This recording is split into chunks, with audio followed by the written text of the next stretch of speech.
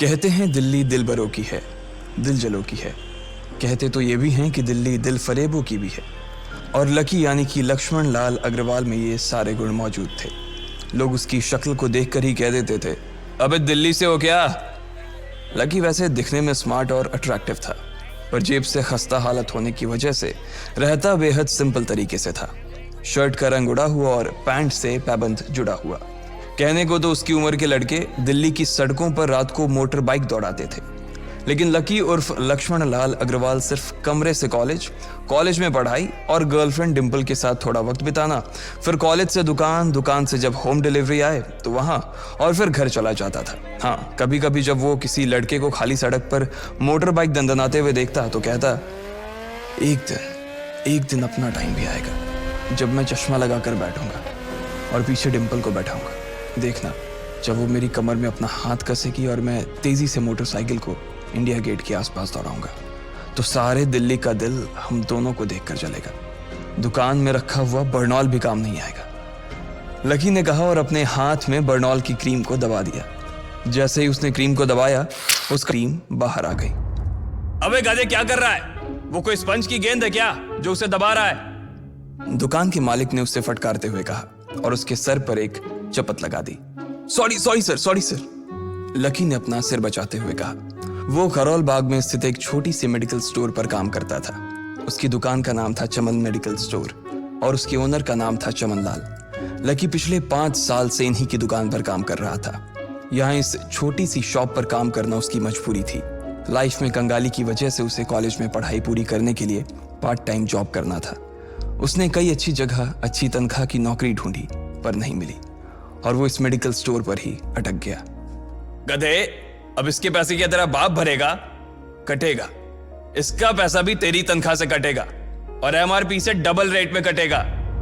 चमन ने अपने दांतों को किचमिचाते हुए कहा। गुस्से की वजह से उसकी नाक फूल गई थी और लकी की सांसें। उसने घबराते हुए ओनर से पूछा, एमआरपी से डबल क्यों सर जी? ताकि अगली बार से ऐसी कोई हरकत करने से पहले तू डबल बार सोचे, चमन ने कहा और उसके हाथ से ट्यूब छीन ली। उसका जी तो चाह रहा था कि वो लकी की खोपड़ी पर एक और बार अपना हाथ साफ कर ले, लेकिन उससे पहले ही दुकान का फोन बजने लगा। फोन की घंटी बजते ही लकी को वहां से निकलने का मौका मिल गया और वो भागते हुए फोन उठाने के लिए चला गया। हेलो जी, करोल बाग के बेस्ट मेडिकल चमन मेडिकल स्टोर से बोल रहा हूं, बताइए क्या काम था? ये लकी की पेटेंट लाइन थी। चाहे कहीं से भी फोन आए, लेकिन उसे फोन पर बस यही बोलना था। जैसे ही इधर लकी ने अपनी बात कही, उधर से जवाब आया, मैं ब्लूमिंग नाइट होटल के कमरा नंबर 303 से बात कर रहा हूँ। एक छोटा सा ऑर्डर है, नोट करो और जल्दी से होटल पर डिलीवर करवा दो। वो एक लड़के की आवाज थी। उसकी आवाज में काफी भारीपन और एक अजीब सी जल्दबाजी थी। जैसे ही लकी ने वो आवाज सुनी, पता नहीं क्यों उसे वो आवाज जानी पहचानी सी लगी। जी सर, बताइए आपका क्या ऑर्डर है? हाँ तो लिखो, हार्ट प्ले के 2 पैकेट और 1 पैकेट टिश्यू। लकी, जो कि अपना पेन लेकर खड़ा था, हार्ट प्ले का नाम सुनते ही झिझक गया। असल में हार्ट प्ले नाम का एक कंडोम आता था और इसलिए उसका नाम सुनते ही लकी शर्मा गया था। इतने साल से भी मेडिकल की स्टोर पर काम करने के बाद उसे इन चीजों का नाम सुनने में शर्म आती थी। हेलो भाई, लिखा कि नहीं लिखा? उस आदमी ने फिर से लकी से पूछा। जी सर, लिख लिया सर, लिख लिया। लकी ने खिसिया कर हंसते हुए कहा। लिख लिया तो फिर लेकर निकल, उस लड़के ने कहा। उसकी आवाज सुनकर ना जाने ऐसा क्यों लग रहा था कि वो बहुत बड़ा आदमी था। जी सर, लेकिन सर बाहर तो बारिश हो रही है, लकी ने कहा। उसने देखा कि बाहर बहुत तेज बारिश हो रही थी।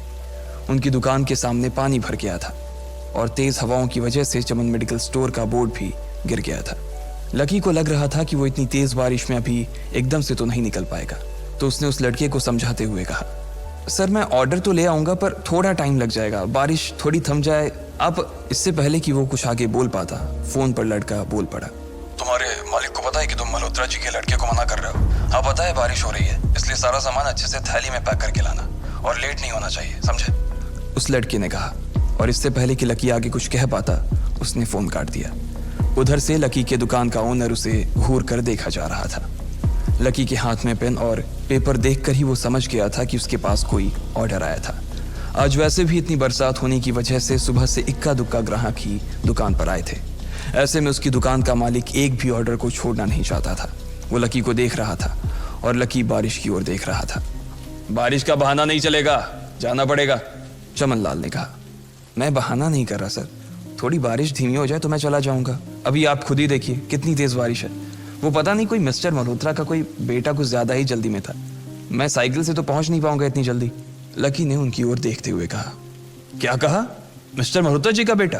तू मेरी दुकान बंद करवाएगा क्या? अभी क्या भी निकल उनका ऑर्डर लेके, वो हमारे बहुत पुराने कस्टमर है, चमन ने कहा। पर लकी ने कहा ही था कि चमन बोला। पर कुछ नहीं, तू मेरी मोटरसाइकिल ले जा, उसने गुस्से में कहा।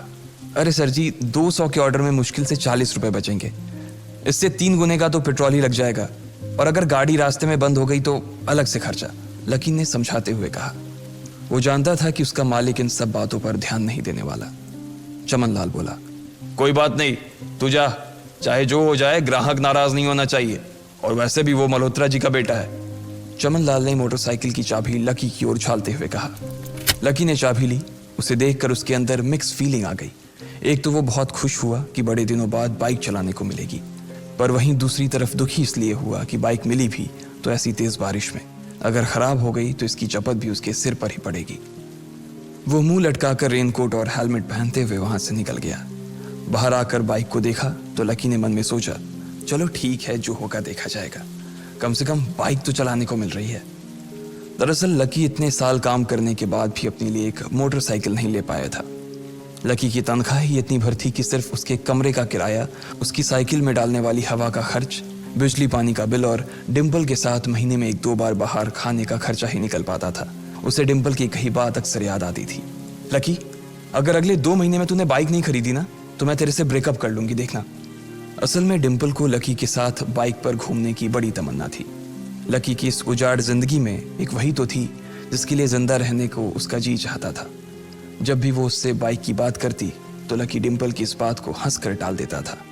वो अपने मन में इस बात को अच्छे से जानता था कि डिम्पल उससे बहुत प्यार करती थी और वो उससे कभी छोड़ कर नहीं जा सकती थी। वो दोनों एक दूसरे में ऐसे घुले मिले थे जैसे बादल बरसात में घुल जाती है। लकी को डिम्पल बहुत पसंद थी और वो उसके लिए दुनिया जहां की खुशियां खरीद कर ला देना चाहता था। वो चाहता था कि एक दिन वो डिम्पल को प्लेन में बैठाए, लेकिन उसके ये सब ख्वाब इस कम तनख्वाह की नौकरी की वजह से कभी पूरे नहीं होने वाले थे। पर आज उसके पास एक मौका था। वो डिम्पल को अपने साथ इस बारिश में राजपथ घुमाना चाहता था। वो उसे दिल्ली दिखाना चाहता था। चमन लाल को देने के लिए उसने पहले से ही बहाना सोच रखा था। बस जल्दी से वो ये डिलीवरी देकर सीधे डिम्पल के पास ही जाने वाला था। उसने होटल ब्लूमिंग नाइट के बाहर मोटर बाइक पार्क की और सीधे होटल के अंदर चला गया। लकी ने रिसेप्शन पर पहुंचकर नमस्ते करते हुए रिसेप्शनिस्ट को बोला, जी मैं चमन मेडिकल स्टोर से आया हूँ, रूम नंबर 303 का ऑर्डर था सर। रिसेप्शन पर खड़ा आदमी उसके हाथ में काली थैली को देखकर समझ गया था कि उसमें क्या था और वो मंद ही मंद मुस्कुराते हुए बोला, 3rd फ्लोर पर है, लिफ्ट से चले जाओ, रेनकोट यहीं उतार देना। जैसा उस आदमी ने कहा लकी ने ठीक वैसा ही किया और लिफ्ट में चढ़ने के कुछ ही देर बाद वो 3रे माले पर पहुंच गया था। वो रूम नंबर 303 के बाहर पहुंचा और उसने डोरबेल बजाई। जैसे ही दरवाजा खुला लकी ने थैली आगे बढ़ाते हुए कहा, नमस्ते, मैं चमन मेडिकल स्टोर से लकी, ये आपका। इससे पहले कि लकी आगे कुछ कह पाता उसकी आंखें फटी की फटी रह गई थी। उसने अपने सामने जो देखा उसके बाद उसे ऐसा लगा कि बंद छत के नीचे भी उसके ऊपर आसमान से आकर एक जोरदार बिजली गिर गई थी। उसके सामने एक लड़की खड़ी थी। वो लड़की और कोई नहीं बल्कि उसकी गर्लफ्रेंड डिम्पल ही थी। उसने एक पर्पल कलर का नाइट गाउन पहन रखा था। उसके काले घने बाल गीले थे और उसने उन्हें अपने कंधे पर फैला रखा था। उसकी खुशबू से ही ये चीज साफ पता चल रही थी कि वो अभी अभी नहा कर आई थी। डिम्पल, तुम यहाँ क्या कर रही हो? लकी को अपनी आंखों पर विश्वास ही नहीं हो रहा था। उसने 2 बार अपनी पलकें झपका कर देखा, लेकिन दोनों बार ही उसे अपने सामने डिम्पल ही नजर आई। तुम यहाँ क्या मेरा पीछा करते हुए आए हो लकी? डिम्पल ने उल्टा उसी के ऊपर पलटवार करते हुए कहा। लकी को देखकर उसके दिल की धड़कन भी तेज हो गई थी। उसे उम्मीद नहीं थी कि लकी यहाँ आ जाएगा। उसने ना तो सुबह से उसे फोन किया था और ना ही उसके मैसेज का कोई जवाब दिया था। वो अपने मन में सोचकर बैठी थी कि वो अगले दिन खुद ही उससे मिलकर बोल देगी कि उसकी तबीयत खराब थी। डिम्पल बेबी, क्या हो गया? किससे बात कर रही हो? अचानक से एक गबरू जवान सा लड़का दरवाजे के पास आकर खड़ा हो गया था। उसने बनियान पहन रखी थी। लकी उसे पहचान गया था। साले राहुल के बच्चे, तेरी हिम्मत कैसे हुई मेरी डिम्पल को हाथ लगाने की? लकी ने जैसे ही राहुल को देखा उसके तन बदन में मानो आग सी लग गई थी। वो उसे इस वक्त इतना बुरा मारना चाहता था, इतना बुरा पीटना चाहता था जिसकी कोई हद सीमा नहीं थी। लकी जिस कॉलेज में पढ़ता था, राहुल और डिंपल भी उसी में पढ़ते थे और वो कॉलेज राहुल के फादर का ही था। डिंपल ने राहुल के पिता की एक कंपनी में जॉब पकड़ ली थी और राहुल उस पर बहुत लाइन मारता था। लकी ने 1-2 बार डिंपल को उससे दूर रहने के लिए भी कहा, लेकिन डिंपल ने उसे ये कहकर टाल दिया था कि वो सिर्फ अच्छे दोस्त थे। आज भी इससे पहले कि वो आगे बढ़ता, डिंपल उन दोनों के बीच आ गई। रुक जाओ, डिंपल ने गुस्से में कहा और लकी के सीने पर हाथ रखकर उसे रोक दिया। लकी लंबी सांसें ले रहा था और कुछ ही सांसों के बाद उसका गुस्सा शांत हो गया। अब डिंपल के पास भी छुपाने के लिए कुछ नहीं था, इसलिए उसने लकी से कहा, लकी, आज से तुम्हारा और मेरा ब्रेकअप। ब्रेकअप? लकी के पैरों के नीचे से जमीन खिसक गई थी। उसकी आंखें नम हो गईं। लकी को उसकी बातों पर विश्वास नहीं हो रहा था। उसने डिंपल की ओर देखा और बोला, डिंपल, हम पिछले 1 साल से एक दूसरे के साथ हैं और तुम हो कि मुझसे ब्रेकअप करना चाहती हो? अरे मैं तो तुम्हारे लिए नई बाइक लेने वाला था। चल रहने दे, आज ही याद आई है तुझे बाइक की। अरे तेरे पास मुझे बाहर घुमाने के लिए, खिलाने पिलाने के लिए पैसे तो है नहीं, तू कहां से लेगा बाइक? और अगर ले भी लेगा तो उसमें पेट्रोल कहां से डलवाएगा? तेरी 8,000 रुपए महीने की नौकरी, उसमें होगा ये सब? लोग हंसते हैं मेरे ऊपर जब मैं सरोजनी में तेरे साथ घूमती हूँ। मैं ऐसी लाइफ नहीं जीना चाहती लकी। मैं तेरी तरह गरीब नहीं रहना चाहती। तूने मुझे फंसाया था, उल्लू बनाया था तूने मुझे, इसलिए मैंने राहुल से मैचअप कर लिया है। आज से यही मेरा बॉयफ्रेंड है, डिंपल ने गुस्से में कहा। अच्छा, तो बेबी ये है तुम्हारा वो बेकार सा एक्स बॉयफ्रेंड? राहुल ने पूछा और डिंपल के बगल में आकर खड़ा हो गया। फिर उसने लकी के हाथ से थैली उठाई और उसमें से हार्ड प्ले का पैकेट निकालकर उसे चिढ़ाने के लिए उसे हवा में लहराने लगा। बाप रे, इससे बदकिस्मत इंसान इस दुनिया में और कौन होगा? राहुल ने उसकी टांग खींचते हुए कहा। लकी के पास उसकी बात का कोई जवाब नहीं था। उसने गुस्से से डिंपल की ओर देखा और अपनी हाथों की मुट्ठी भींच ली। फिर वो वहां से निकल गया। अबे पैसे तो ले जा, सब कुछ फ्री में देता जाएगा क्या? राहुल ने जोर से ठहाके लगाते हुए कहा, लेकिन लकी बिना उसकी बात सुनते ही निकल गया। उसके दिमाग में डिंपल के कहे शब्द गूंज रहे थे। उसने कभी सपने में नहीं सोचा था कि डिंपल उसके साथ कुछ ऐसा भी कर सकती थी। जिस इंसान के लिए वो इतना कुछ करना चाह रहा था, उसे उसकी कोई कदर ही नहीं थी। लकी इतना हताश हो गया था कि बुरी तरह से रोने लगा। इस बार वो लिफ्ट से नहीं बल्कि सीढ़ियों से नीचे उतरा और एक ही एक सीढ़ी उतरने के साथ उसके आंसू आंखों से छलकते जा रहे थे। जब उसकी आवाज सुनकर कुछ लोग अपने कमरे से बाहर आए तो लकी ने तुरंत अपने आंसू पोंछे और तेजी से वहां से भाग गया। उसे जिंदगी में पहली बार प्यार हुआ था और पैसों की कमी की वजह से ना सिर्फ उसका प्यार बल्कि उसकी पूरी जिंदगी बर्बाद हो गई थी। लकी जैसे ही बाहर आया तो उसने देखा कि बाहर अंधेरा हो गया था।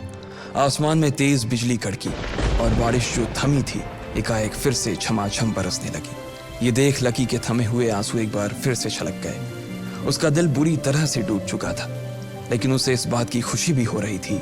आखिर आज उसे डिंपल का असली चेहरा नजर आ गया था। वो तो उसके साथ घर बसाने की सोच रहा था, लेकिन अच्छा हुआ कि उसने पहले ही उसका घर बर्बाद होने से बचा लिया। लकी को दुख तो बहुत हो रहा था, पर उसे यह भी लग रहा था कि उसे आगे चलकर यही दुख उसे खुशी देने वाला था। लेकिन एक चीज थी जो लकी को परेशान कर रही थी, वो थी उसकी माली हालत। उसकी जेब इतनी तंग थी कि उसे फटी हुई जेब की पैंट पहनकर घूमना पड़ता था। कभी कभी तो लकी सिर्फ रोटी खाकर दिन काट लेता था। वो कब से कोशिश कर रहा था कि कोई अच्छा काम पकड़ सके, लेकिन उसे कोई काम देने को राजी नहीं था। उसने टूटे हुए दिल को दिलासा देते हुए मन में सोचा कि डिंपल पर खर्च होने वाले पैसे बच जाने से शायद उसके हालत सुधर जाएंगे, पर फिर भी वो रातों रात रईस नहीं हो जाने वाला था। उसने ऊपर आसमान की ओर देखा और जोर से चिल्लाया, अगर इतना ही अनलकी बनाना था तो फिर नाम लकी क्यों रखा भगवान? वो जितनी जोर से चिल्ला सकता था उतनी जोर से चिल्लाया। उसकी आवाज से आसपास खड़े लोग एक बार तो डर गए थे।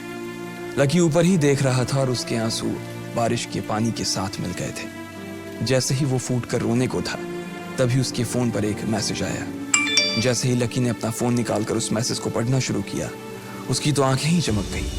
अचानक उसके आंसू हंसी में बदल गए और वो जोर जोर से वहीं सड़क पर नाचने लगा। उस मैसेज में लिखा था, परिवार की रिसर्च और परिवार के निर्णय के हिसाब से अग्रवाल परिवार का वारिस लक्ष्मण लाल अग्रवाल उर्फ लकी ने गरीबी अभ्यास की परीक्षा को पास कर लिया है और आज से ही वो उस जमीन और उस जायदाद का मालिक हो जाएगा जो परिवार ने उसके नाम कर रखी थी। ये एक ऐसा मैसेज था आखिर कौन था लकी? क्या थी उसकी असलियत? और वो कैसे रातों रात ही अनलकी से लकी हो गया था? इन सारे सवालों के जवाब अगर आप जानते हैं